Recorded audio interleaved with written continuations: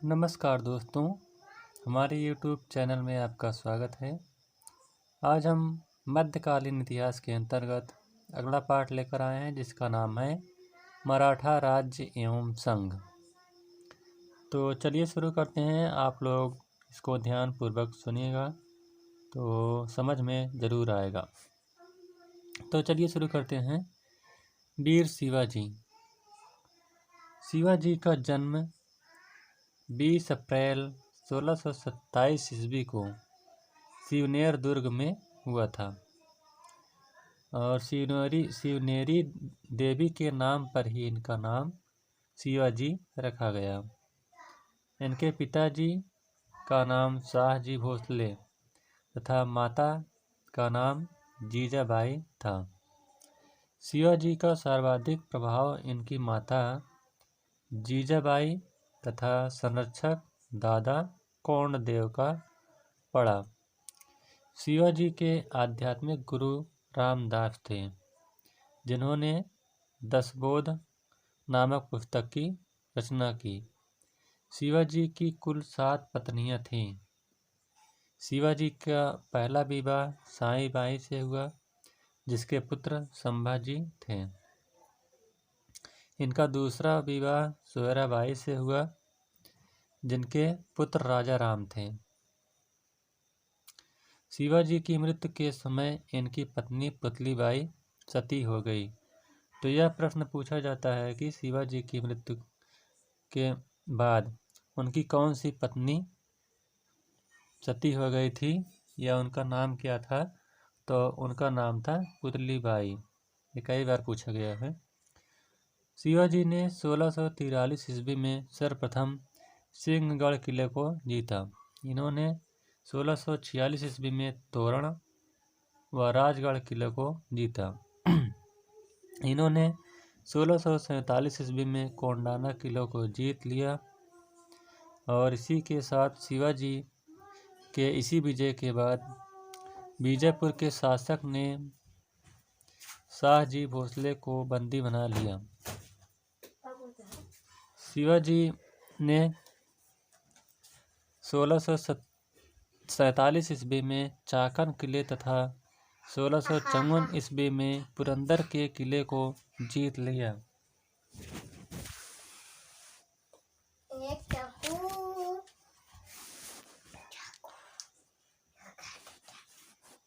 पुरंदर किले का किलेदार नीलोजी नीलकंठ थे। 1656 ईस्वी में शिवाजी ने जावली तथा जुन्नार के किले को जीत लिया। जावली किले के किलेदार चंद्रराव मौर्य थे। तो जो जावली किला था इसका किलेदार का नाम चंद्रदेव मौर्य था। 1657 ईस्वी में शिवाजी ने कोंकण क्षेत्र पर अधिकार कर लिया। 1657 ईस्वी में शिवाजी का औरंगजेब से सल्हार का युद्ध हुआ, जिसमें शिवाजी को पीछे हटना पड़ा।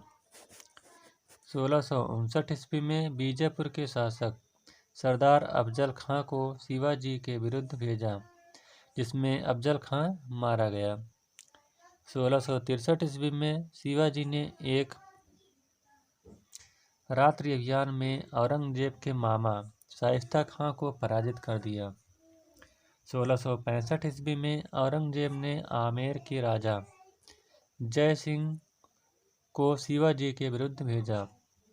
जय सिंह ने शिवाजी को पुरंदर के किले में कैद कर लिया और दोनों के बीच 22 जून 1665 ईस्वी को पुरंदर की संधि हुई। तो ये पूछा जाता है कि पुरंदर की संधि कब हुई थी। तो यह 22 जून 1665 ईस्वी को हुई थी। शिवाजी को 35 किलो में से 23 किले मुगलों को देने पड़े। यानी जो यह संधि हुई थी 22 जून 1665 को, तो इसमें शिवाजी के पास कुल 35 किले थे, जिसमें से उन्होंने 23 किलो को मुगलों को दे दिया। शिवाजी ने 8 जनवरी 1664 को पहली बार सूरत को लूटा, जिसमें इन्हें 1 करोड़ रुपया मिला। इस समय अंग्रेज कोठी का अध्यक्ष सर जॉर्ज आर्कसाइड था। शिवाजी ने दूसरी बार 1670 ईस्वी में सूरत को लूटा, जिसमें इन्हें 60 लाख रुपया मिला। शिवाजी का राज्याभिषेक। तो जो शिवाजी का राज्याभिषेक हुआ था वह 6 जून 1674 ईस्वी को पहली बार राज्याभिषेक रायगढ़ में काशी के प्रसिद्ध विद्वान गंगा भट्ट, जिसे विश्वेश्वर भट्ट के नाम से भी जानते हैं, उन्होंने शिवाजी को क्षत्रिय घोषित करते हुए किया। वैसे शिवाजी शूद्र थे, यानी वो क्षत्रिय नहीं थे, लेकिन क्षत्रिय मानकर उनको राज्याभिषेक किया गया। इस समय शिवाजी ने छत्रपति की उपाधि धारण की, परंतु कुछ समय बाद इनकी माता की मृत्यु हो जाने के कारण सितंबर 1674 ईस्वी में एक तांत्रिक निश्चलपुरी गोस्वामी से इन्होंने तांत्रिक विधि से इनका पुनः राज्याभिषेक करवाया, यानी शिवाजी का 2 बार राज्याभिषेक हुआ था। शिवाजी ने अपना अंतिम सैन्य अभियान 1677 ईस्वी में कर्नाटक के विरुद्ध किया, जिसमें इन्होंने जिंजी के किले को जीत लिया। 1680 ईस्वी में शिवाजी की मृत्यु हो गई। शिवाजी का प्रशासन। तो जो शिवाजी का प्रशासन था, शिवाजी अपने केंद्रीय प्रशासन के सर्वोच्च अधिकारी थे। वह एक निरंकुश शासक की भांति व्यवहार करते थे। उनकी सहायता के लिए अष्टप्रधान नामक मंत्रिपरिषद होती थी, जो शिवाजी के सचिव की भांति थी, जिसमें जो पेशवा होता था वह प्रधानमंत्री होता था, अमात्य या वित्त मंत्री होता था, वाकिया नवीस या दरबारी लेखक था, सुरुनवीस, चिटनीस या सचिव ये जो होते थे यह पत्र व्यवहार करता होते थे। सुमंत जो था यह विदेश मंत्री था। पंडित राव जो था यह धार्मिक मंत्री था। सेनापति जो था वह सैन्य विभाग का प्रमुख होता था। न्यायाधीश जो था वह न्यायिक मंत्री होता था। पंडित राव व न्यायाधीश को छोड़कर अन्य सभी को आवश्यकता पड़ने पर सैन्य दायित्वों का निर्वहन करना पड़ता था। यानी जो ये इधर पंडित राव हैं और ये न्यायाधीश, इनको छोड़कर सभी को आवश्यकता पड़ने पर सैन्य दायित्वों का निर्वहन करना पड़ता था। 1679 ईस्वी में अन्नाजी दत्तो द्वारा शिवाजी ने व्यापक भू सर्वेक्षण करवाया। तो किसके द्वारा व्यापक भू सर्वेक्षण करवाया? तो वह थे अन्नाजी दत्तो। शिवाजी ने मलिक अंबर द्वारा स्थापित रैयतवाड़ी व्यवस्था को अपने भू राजस्व का आधार बनाया। शिवाजी ने भू राजस्व के रूप में कुल उत्पादन का 2/5 भाग अथवा 40% वसूल किया। शिवाजी भू राजस्व के अलावा चौथ व सरदेश मुखी भी वसूलते थे। तो चौथ किसे कहा जाता है? चौथ यह पड़ोसी राज्यों से लूटपाट या आक्रमण के बदले वसूला जाता था, जो कुल उत्पादन का 1/4 भाग था। अगला है सरदेश मुखी। तो यह शिवाजी स्वयं को महाराष्ट्र का सरदेश मुख मानते थे, अतः महाराष्ट्र का सरदेश मुख होने के नाते शिवाजी ने कुल उत्पादन का 1/10 भाग सरदेश मुखी के रूप में वसूल किया। अगले हैं संभाजी और इनका समय है 1680 से 1689 ईस्वी तक। तो संभाजी ने अपने प्रशासन का सर्वोच्च अधिकारी एक ब्राह्मण मंत्री कवि कलश को बनाया। संभाजी ने औरंगजेब के बागी पुत्र अकबर द्वितीय को संरक्षण दिया। अतः 1689 ईस्वी में औरंगजेब ने संभाजी व कवि कलश की हत्या कर दी तथा मराठों की राजधानी रायगढ़ पर अधिकार कर लिया और संभाजी के पुत्र साहू जी व संभाजी की पत्नी येसुबाई को रायगढ़ के किले में कैद कर लिया गया। अगले हैं राजा राम। इनका है 1689 से 1700 ईस्वी तक इनका शासनकाल। तो राजा राम स्वयं को साहू जी का प्रतिनिधि माना तथा कभी भी गद्दी पर नहीं बैठे। राजा राम ने सतारा को अपनी राजधानी बनाया। मुगलों के आक्रमण के समय यह 8 वर्षों तक जिंजी के किले में कैद रहे। 1700 ईस्वी में राजा राम की मृत्यु हो गई। अब अगले जो हैं ताराबाई एवं शिवाजी द्वितीय, इनका समय है 1700 ईस्वी से 1707 ईस्वी तक। तो राजा राम की मृत्यु के पश्चात राजा राम की विधवा पत्नी ताराबाई अपने 4 वर्षीय पुत्र शिवाजी को गद्दी पर बैठाया। मुगलों से संघर्ष जारी रखा तथा कहा जाता है कि इस समय मराठों का प्रत्येक घर, किला तथा महाराष्ट्र के प्रत्येक व्यक्ति सैनिक बन चुके थे। अगले हैं साहू जी। 1707 से 1749 ईस्वी इनका शासनकाल है। ये संभाजी के पुत्र थे और इनकी माता का नाम येसुबाई था। 1707 ईस्वी में साहू जी को आजम शाह ने छोड़ दिया। 1707 ईस्वी में खेड़ नामक स्थान पर साहू जी व ताराबाई में युद्ध हुआ, जिसमें ताराबाई पराजित हुई और भागकर दक्षिणी महाराष्ट्र चली गईं तथा कोल्हापुर को अपनी राजधानी बनाया।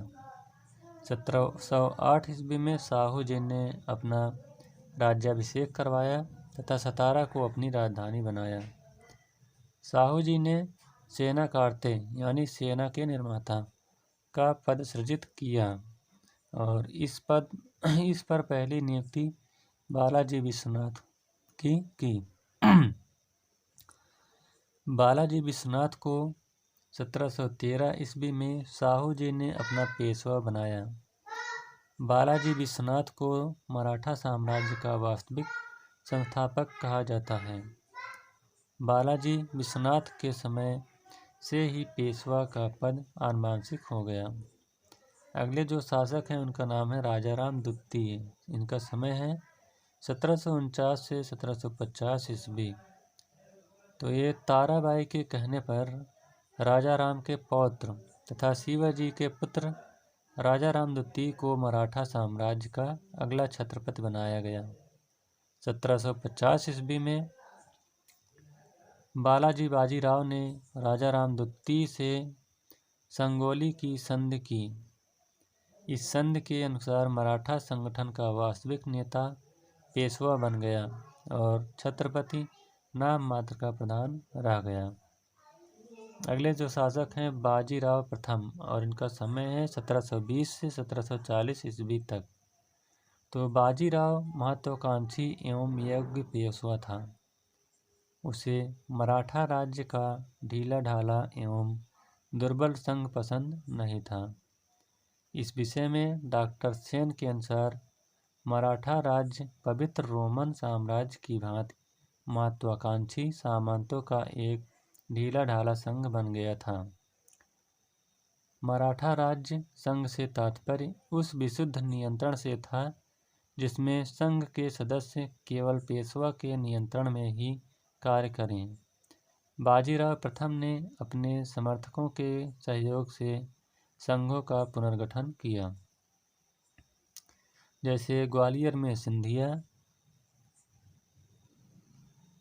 इंदौर में होलकर, बड़ौदा में गायकवाड़ और नागपुर में भोसले जैसे संघों को अपने नियंत्रण में ले लिया। बाजीराव प्रथम ने 1729 ईस्वी में बुंदेलखंड को मुगल बादशाह मोहम्मद शाह से छीन लिया और उनका कहना था कि हमें मुगल रूपी जर्जर वृक्ष के तने पर वार करना चाहिए, शाखाएं तो अपने आप गिर जाएंगी। बाजीराव प्रथम भी शिवाजी की भांति गोरिल्ला युद्ध एवं छापामार युद्ध में पारंगत था। बाजीराव प्रथम ने पेशवा युग की नई प्रशासनिक व्यवस्था का संगठन किया। उसने संपूर्ण मराठा राज्य को 5 भागों में विभाजित करके अपने साम्राज्य का विस्तार किया। बाजीराव प्रथम ने अपने कार्य का संचालन सतारा से न करके पुणे से किया और मराठा सरदारों में पुणे में रहकर मराठा शक्ति में वृद्धि का आदेश दिया। इस प्रकार पुराने मराठा सरदार महत्वहीन एवं शक्तिहीन हो गए। अगले शासक हैं बालाजी बाजीराव और इनका समय है 1740 से 1761 ईस्वी। तो बालाजी बाजीराव भी योग्य पेशवा था। छत्रपति साहू जी ने इसे 17 में पेशवा का पद प्रदान किया था। इसके समय की सबसे महत्वपूर्ण घटना 14 जनवरी 1761 ईस्वी में पानीपत का तृतीय युद्ध था और इस युद्ध में ईरान के शासक अहमद शाह अब्दाली ने मराठों को बुरी तरह से पराजित कर दिया। पानीपत के युद्ध में बालाजी बाजीराव ने अपने पुत्र विश्वास राय को मराठा सेना का सेनापति नियुक्त किया, किंतु वास्तविक शक्ति विश्वास राव के हाथों में न होकर सदाशिव राय भाऊ के हाथ में था। पानीपत के तृतीय युद्ध में अवध के नवाब शुजाउद्दौला ने तथा रुहेलखंड के सरदार नजमुद्दौला ने अहमद शाह अब्दाली का साथ दिया, जबकि मुगल वजीर इमादुल मुल्क ने मराठों का साथ दिया। जाट नेता सूरजमल ने प्रारंभ में मराठों का साथ देने का वादा किया, किंतु बाद में सदाशिव राव भाऊ से मतभेद होने के कारण वह पानीपत के युद्ध में भाग नहीं लिया। पानीपत युद्ध के जो प्रत्यक्षदर्शी थे उनका नाम था काशीराज पंडित। इस युद्ध में पराजय के साथ ही मराठों का संपूर्ण भारत पर साम्राज्य स्थापित करने का सपना चकनाचूर हो गया। सर जगन्नाथ सरकार के अनुसार महाराष्ट्र का ऐसा कोई घर नहीं था जिसने अपना कोई सदस्य न खोया हो, यानी उसमें बहुत मार काट हुई थी। अगले हैं माधवराव। इनका समय है 1761 से 1772 ईस्वी। तो बालाजी बाजीराव की मृत्यु के बाद माधवराव पेशवा बना तथा माधवराव के चाचा रघुनाथ राव पेशवा के संरक्षक चुने गए। इस पेशवा के शासनकाल में इलाहाबाद की संधि के पश्चात 1772 ईस्वी में महादजी सिंधिया के नेतृत्व में मुगल बादशाह आलम को दिल्ली के सिंहासन पर बैठाकर उन्हें मराठों का पेंशनभोगी बना दिया गया। माधवराव के शासनकाल में पानीपत के तृतीय युद्ध में जितना नुकसान हुआ था उसकी भरपाई कर ली गई। क्षय रोग के कारण 1772 ईस्वी में माधवराव की मृत्यु हो गई। माधवराव की मृत्यु के पश्चात नारायण राव 1772 ईस्वी में मराठा राज्य के पेशवा बने। इस समय रघुनाथ राव पेशवा बनने की चाहत में नारायण राव की 1773 ईस्वी में हत्या कर दी, किंतु अंग्रेजों के हस्तक्षेप के कारण रघुनाथ राव भी पेशवा नहीं बन सका। लंदन की कोर्ट ऑफ डायरेक्टर्स ने मराठों की सूरत की संधि स्वीकार नहीं की, इसीलिए आंग्ल मराठा संघर्ष प्रारंभ हो गया। तो प्रथम आंग्ल मराठा संघर्ष 1775 से 1782 ईस्वी तक। तो इस संघर्ष के समय मुगल बादशाह शाह आलम द्वितीय और बंगाल के गवर्नर जनरल वारेन हेस्टिंग था। प्रथम आंग्ल मराठा संघर्ष 1775 से 1782 ईस्वी तक चला। इसके पश्चात 1782 ईस्वी में सालबाई की संधि हो गई, जो लगभग 20 वर्षों तक अस्थायी बनी रही और इस दौरान अंग्रेजों और मराठों में कोई युद्ध नहीं हुआ। इस संधि के अनुसार माधव नारायण द्वितीय को पेशवा के रूप में मान्यता दी गई। अंग्रेजों को बड़ौच व सालसेट का क्षेत्र प्रदान किया गया। महादजी सिंधिया को यमुना का पश्चिमी क्षेत्र प्रदान किया गया तथा अंग्रेजों ने रघुनाथ राव का समर्थन न करने का वादा किया तथा उसे 25,000 मासिक वेतन पेंशन देने की बात कही। फतेह सिंह गायकवाड़ के नेतृत्व में बड़ौदा को स्वतंत्रता प्रदान कर दी गई। बड़ौदा एक ऐसा राज्य था जिसने आंग्ल मराठा युद्ध में भाग नहीं लिया।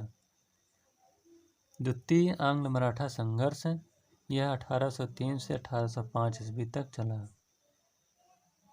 तो माधव नारायण राव द्वितीय की मृत्यु के पश्चात 1795 ईस्वी में महादजी सिंधिया और 1800 ईस्वी में नाना फडणवीस मराठा राज्य के पेशवा बने। द्वितीय आंग्ल मराठा युद्ध के समय रघुनाथ राव का पुत्र बाजीराव पेशवा था। 1798 ईस्वी में बंगाल का गवर्नर जनरल लॉर्ड वेल्जली ने भारतीय राज्यों से सहायक संधि करना प्रारंभ किया, जिसकी वजह से द्वितीय आंग्ल मराठा संघर्ष हुआ। लॉर्ड वेल्जली ने सर्वप्रथम 1798 ईस्वी में हैदराबाद राज्य के साथ सहायक संधि किया। इसके पश्चात लॉर्ड वेल्जली ने 1799 ईस्वी में मैसूर तथा तंजौर के साथ, 1801 ईस्वी में अवध के साथ, 1802 ईस्वी में पूना के पेशवा के साथ, दिसंबर 1803 ईस्वी में बरार के भोसले के साथ तथा फरवरी 1804 ईस्वी में ग्वालियर के सिंधिया के साथ लॉर्ड वेल्जली ने सहायक संधि की। 1805 ईस्वी में द्वितीय आंग्ल मराठा संघर्ष समाप्त हो गया। अगला है तृतीय आंग्ल मराठा संघर्ष 1817 से 1818 ईस्वी तक। तो तृतीय आंग्ल मराठा संघर्ष के समय अंग्रेज गवर्नर जनरल लॉर्ड हेस्टिंग था। तृतीय आंग्ल मराठा संघर्ष 1817 में प्रारंभ हुआ। इस संघर्ष का प्रमुख कारण 1802 ईस्वी में पेशवा के साथ, 1803 ईस्वी में भोसले के साथ तथा 1804 ईस्वी में सिंधिया के साथ की गई सहायक संधियों का विफल होना था। तृतीय आंग्ल मराठा संघर्ष के दौरान अंग्रेजों ने बाजीराव द्वितीय को 8 लाख वार्षिक पेंशन देकर कानपुर के बिठूर में भेज दिया गया, जहां 1852 ईस्वी में उसकी मृत्यु हो गई। बाजीराव द्वितीय की मृत्यु के पश्चात उनका दत्तक पुत्र नाना साहब, जिसका नाम धोधू पंत था, अगले पेशवा बने, लेकिन अंग्रेजों ने इन्हें पेंशन देने से मना कर दिया। अतः इन्होंने कानपुर से अंग्रेजों के विरुद्ध 1857 ईस्वी के विद्रोह में भाग लिया। तो इस प्रकार से मराठा राज्य एवं संघ का यह पाठ समाप्त होता हुआ। अगर यह वीडियो आपको अच्छा लगा हो तो वीडियो को लाइक, शेयर और चैनल को सब्सक्राइब करिएगा। Thank you.